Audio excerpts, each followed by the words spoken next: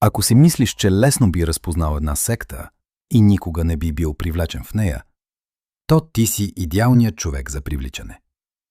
Сектите рядко търсят отчаяни или пречупени хора.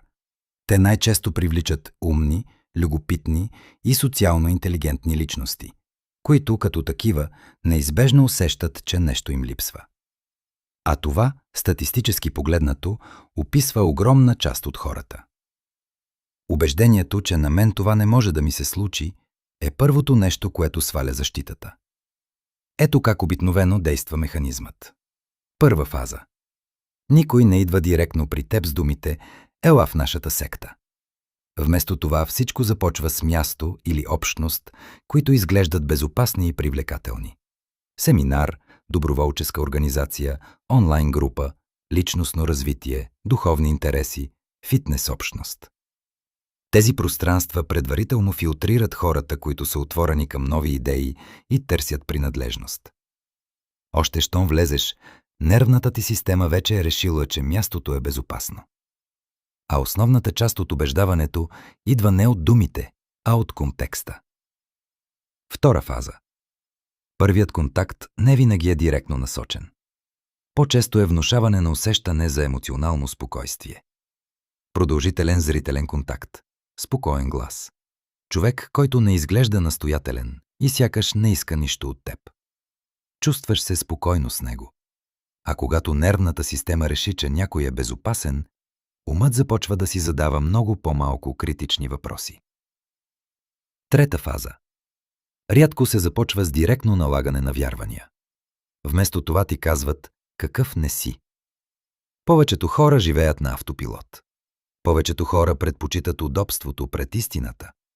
Повечето хора никога не поглеждат под повърхността. Ти се съгласяваш, защото в тези твърдения има истина.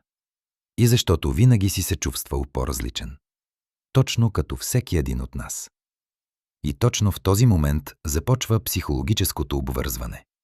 Не чрез убеждаване, а чрез усещане за принадлежност и уникалност. Четвърта фаза. Обръщането на ролите. В един момент ти сам започваш да задаваш въпроси. И щом го направиш, вече не си само наблюдател. Ставаш участник. Мозъкът започва да възприема процеса като свой собствен избор. А хората много трудно се отказват от идеи, които вярват, че са избрали сами. Пета фаза. Публичната защита. Следва моментът, в който започваш да обясняваш идеята на други хора. Поправяш нечие неразбиране. Защитаваш групата или лидера. И тук се случва още нещо. Когато защитиш нещо публично, мозъкът започва да се идентифицира с него още по-силно. Вече не искаш да се окажеш в грешка. Всичко това се отнася и за много други обвързващи механизми. Токсичен шеф, MLM схеми, манипулативен партньор, онлайн гуру, нарцистична връзка. Механизмът е почти същият. Проблемът не е само в самата секта или манипулатор. Проблемът е в увереността, че би ги разпознал веднага.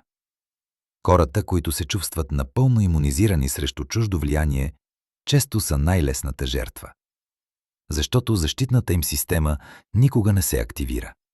Те са спокойни, уверени и убедени, че отлично разчитат хората.